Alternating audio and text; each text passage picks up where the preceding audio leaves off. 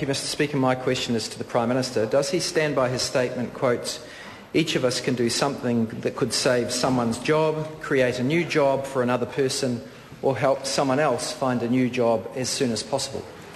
The Honourable Stephen Joyce on behalf of the Prime Minister. On behalf of the Prime Minister, Mr. Speaker, yes.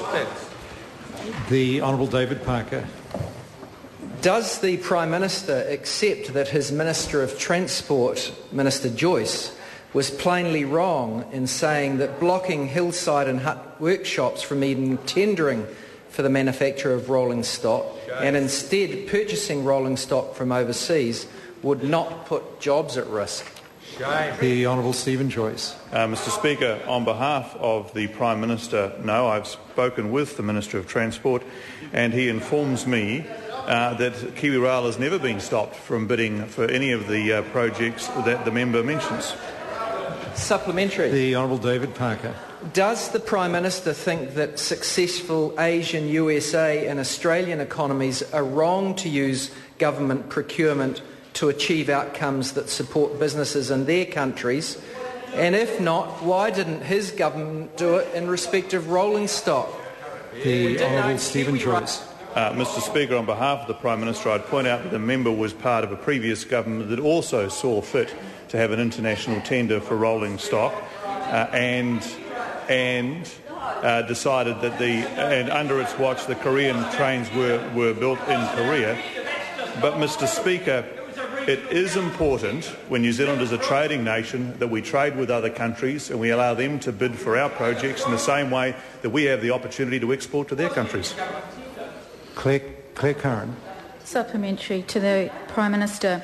Is he aware of any analysis done by the government of the lost income, GST and extra cost of benefit caused by his government's decision to lay off New Zealand manufacturers of rolling stock in favour of jobs in other countries? If so, can he make that analysis available?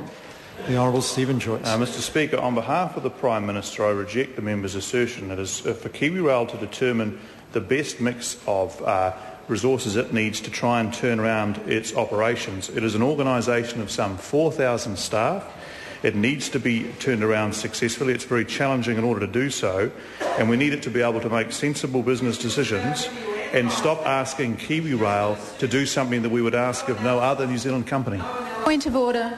Point of order, Claire Curran. Point of order, Mr. Speaker. I asked, is he aware of any analysis done by the government?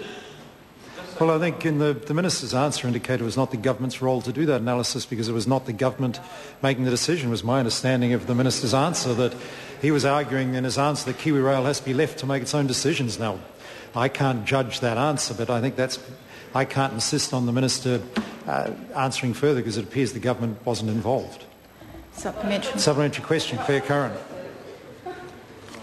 To the Prime Minister, why was no analysis done by the government of the relative cost and benefits of supporting rail engineering jobs compared with the $35 million in subsidies in this year's budget for new irrigation schemes?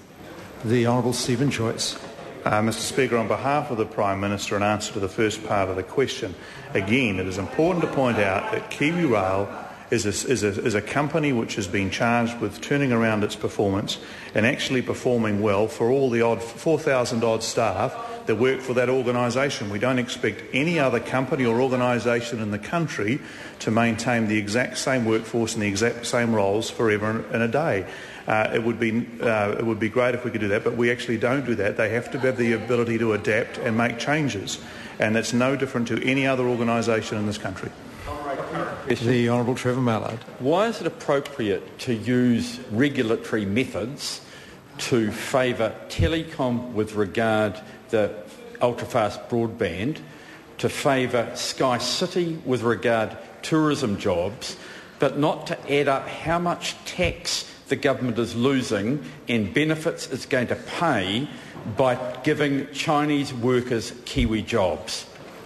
The Honourable Stephen Joyce. On behalf of the Prime Minister, Mr. Speaker, I reject about 4 assertions in that member's question.